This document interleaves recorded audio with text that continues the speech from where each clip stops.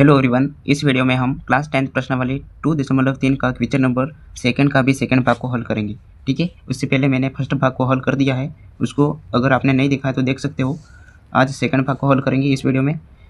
तो क्या करना है इस क्वेश्चन में कि पहले बहुपद से दूसरे बहुपद में भाग करके जाँच कीजिए कि क्या प्रथम बहुपद द्वितीय बहुपद का एक गुणनखंड है या नहीं। ठीक है, तो हमें ये जाँच करना है कि प्रथम बहुपद द्वितीय बहुपद का एक गुणनखंड है या फिर नहीं। ठीक है, तो गुणनखंड कब होगा? जब पहला बहुपद दूसरे बहुपद में भाग देंगे तो पूरा का पूरा भाग चला जाए तो क्या होगा? बहुपद होगा। ठीक है, तो वही हमें जांच करनी है और उम्मीद करता हूँ ये क्वेश्चन आपको बहुत अच्छे तरीके से समझ में आ जाएगा।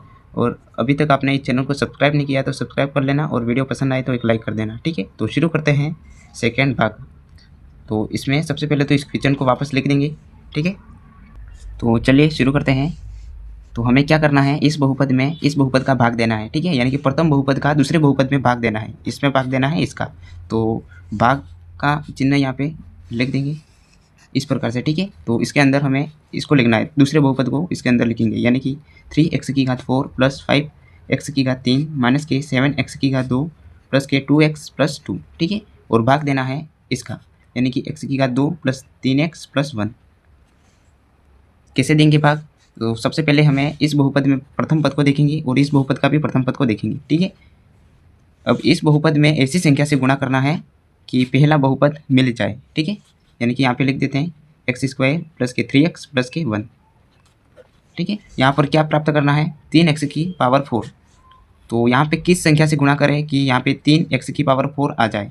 तो यहाँ पे 3 लाने के लिए सबसे पहले तो 3 का गुणा करना पड़ेगा और x⁴ लाना है तो x⁴ से गुणा कर देंगे। ठीक है, यानी कि 3x⁴ से गुणा करेंगे तो हमारे पास क्या मिलेगा? 3x⁴ मिल जाएगा। ठीक है, तो 3x² का गुणा x² से करेंगे तो कितना हो जाएगा? 3x⁴। ठीक है, इसके साथ भी गुणा किया है तो इसके साथ भी करना पड़ेगा और इसके साथ भी करना पड़ेगा। ठीक है, यानी कि कोष्टक का मतलब होता है इन सभी के साथ इसका गुणा।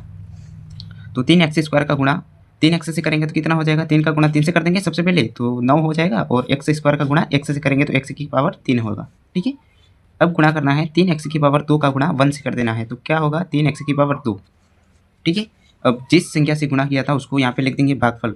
ठीक है, तो भागफल में यहाँ पर लिख देंगे 3x⁻² और यहाँ इससे गुणा करने पर जो भी प्राप्त हुआ है उसको यहाँ पे पद के नीचे पद लिख देना है। ठीक है, यानी कि x⁴ वाला जो पद है उसके नीचे x⁴ वाला पद लिखना है, यानी कि 3x⁴ है तो इसके नीचे 3x⁴ लिखेंगे।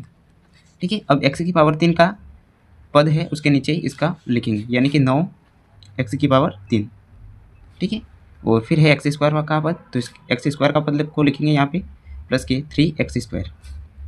अब घटा देंगे तो चिन्ह बदल जाएगा, यानी कि ये प्लस का है तो माइनस का होगा, ये प्लस का तो माइनस का, और ये प्लस का तो ये भी माइनस का हो जाएगा।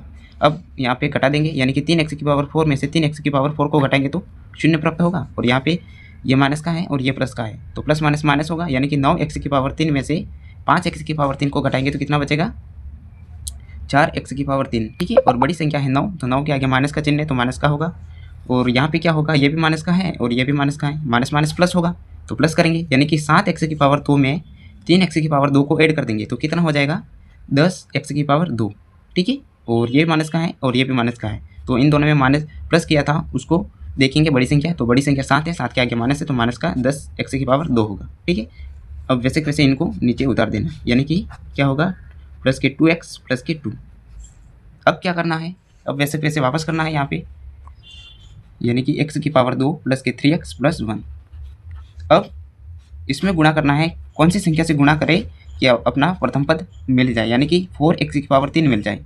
तो कौन सी संख्या से गुणा करेंगे? सबसे पहले यहाँ पे 4 लाना है और यहाँ पे 4 नहीं है तो क्या करेंगे? माइनस का 4 और x⁻³ है और यहाँ पे x⁻² है तो x से गुणा कर देंगे तो x⁻² हो जाएगा। ठीक है, तो क्या होगा? 4x से गुणा कर देंगे इस पूरे अंदर कोष्टक के अंदर जो भी पद है दिया है उसको। ठीक है, उसके साथ तो क्या होगा? 4x का गुणा करेंगे x² के साथ तो क्या हो जाएगा? माइनस के 4x⁻3। ठीक है, और इसका गुणा इन सभी के साथ करना पड़ेगा तो माइनस के 4x का गुणा प्लस के 3x से करेंगे तो कितना होगा? माइनस के 4 × 12 और x का गुणा x से करेंगे तो x का स्क्वायर। ठीक है, अब ये प्लस माइनस माइनस होगा और 4x का गुणा कर देंगे 1 से तो कितना होगा? 4x। अब जिस भी संख्या से गुणा किया था उसको यहाँ पे भागफल में लिख देंगे। ठीक है, यानी कि माइनस के 4x हो गया। अब गुणा करने पर जो भी प्राप्त हुआ था उसको पद के नीचे लिख देना है, यानी कि x⁻³ का पद है तो उसके नीचे माइनस के 4x की पावर 3 को लिख देंगे। फिर है एक्स स्क्वायर वाला पद, तो एक्स स्क्वायर वाला पद के नीचे इसको लिखेंगे यानी कि माइनस के 12x²। और फिर है एक्स वाला पद माइनस के 4x, तो यहाँ पे लिख देंगे माइनस के 4x। अब घटा देंगे, घटाएंगे तो क्या होगा, उसका चिन्ह बदल जाएगा, यानी कि ये माइनस का है तो ये प्लस का हो जाएगा, और ये माइनस का है तो ये प्लस का हो जाएगा। इसी प्रकार से ये भी माइनस का है तो ये भी प्लस का हो जाएगा। अब क्या करेंगे, घटाएंगे, यानी कि 4x की पावर 3 में से 4x की पावर 3 को घटाएंगे तो 0 होगा, ठीक है। और ये है माइनस का और ये है प्लस का, तो प्लस माइनस क्या होगा, माइनस, तो माइनस करेंगे, यानी कि बड़ी संख्या 12x² है और छोटी संख्या 10x² है। तो 12x² में से 10x² को घटा देंगे तो कितने x² बचेंगे हमारे पास, 2x², ठीक है। और बड़ी संख्या के आगे प्लस का चिन्ह है तो प्लस का होगा। अब यहाँ पे क्या होगा, ये भी प्लस का है और ये भी प्लस का है, तो प्लस प्लस प्लस होगा, यानी कि जोड़ देंगे। तो 2x में 4x को ऐड कर देंगे तो कितने x होंगे, 6x हो जाएगा, ठीक है।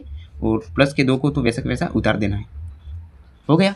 अब क्या करना है, अब वापस वैसे वैसे प्रोसेस करेंगे, यानी कि x² प्लस के 3x + 1, इसमें फिर ऐसी संख्या से भाग देना है, गुणा करना है, ताकि हमारे पास 2x² प्राप्त हो जाए, यानी कि प्रथम पद प्राप्त हो जाए। तो x² के साथ कौन सी संख्या से गुणा करें कि 2x² प्राप्त होगा, यानी कि 2 से गुणा कर देंगे, 2 से गुणा करेंगे तो क्या होगा, 2x² प्राप्त हो जाएगा। तो 2x² इन सभी के साथ गुणा होगा अंदर, ठीक है, कोष्टक के अंदर है, इसका मतलब क्या हुआ, इन सभी के साथ गुणा होगा प्लस 2 का। तो 2 का गुणा x² के साथ होगा तो क्या होगा, 2x², और फिर 2 का गुणा 3 से होगा तो 3 दूनी 6 और x हो जाएगा, ठीक है। और 2 का गुणा 1 से भी हो जाएगा, यानी कि 2 होगा। अब जिस भी संख्या से गुणा किया था उसको यहाँ पे भागफल में लिख देना है, यानी कि प्लस के 2 हो जाएगा, ठीक है। अब गुणा करने पर जो भी संख्या प्राप्त हुई है हमारे पास उनको यहाँ पे लिख देना है, यानी कि ये है प्लस के 2x² प्लस के 6x प्लस के 2, ठीक है। अब घटा देंगे, यानी कि ये प्लस का है तो माइनस, ये माइनस, ये माइनस, तीनों माइनस हो जाएंगे, ठीक है। अब 2x² में से 2x² को घटाएंगे तो क्या होगा, 0। और यहाँ पे 6x है, उसमें 6x को घटा देंगे तो ये भी 0 हो जाएगा, और 2 में से 2 को घटाएंगे तो ये भी 0 हो जाएगा, यानी कि शेषफल हमें प्राप्त हो गया है 0, ठीक है। और ये होता है हमारा भागफल। तो ये पहले बहुपद का दूसरे बहुपद में भाग देने पर पूरा का पूरा भाग चला गया, यानी कि शेषफल 0 प्राप्त हो गया है। तो हम क्या कहेंगे कि प्रथम बहुपद द्वितीय बहुपद का एक गुणनखंड है, ठीक है। तो यहाँ पे लिख देंगे, अतः प्रथम बहुपद द्वितीय बहुपद का एक गुणनखंड है, क्योंकि पूरा का पूरा भाग चला गया है, यानी कि 0 शेषफल आ गया है, इसलिए, ठीक है। और उम्मीद करता हूँ ये क्वेश्चन आपको अच्छे तरीके से समझ में आ गया होगा। और अगर आपने अभी तक इस चैनल को सब्सक्राइब नहीं किया है तो सब्सक्राइब कर लेना, और वीडियो पसंद आई हो तो लाइक कर देना, ठीक है। और मिलते हैं अगले वीडियो में नेक्स्ट सवाल के साथ, तब तक के लिए जय हिंद।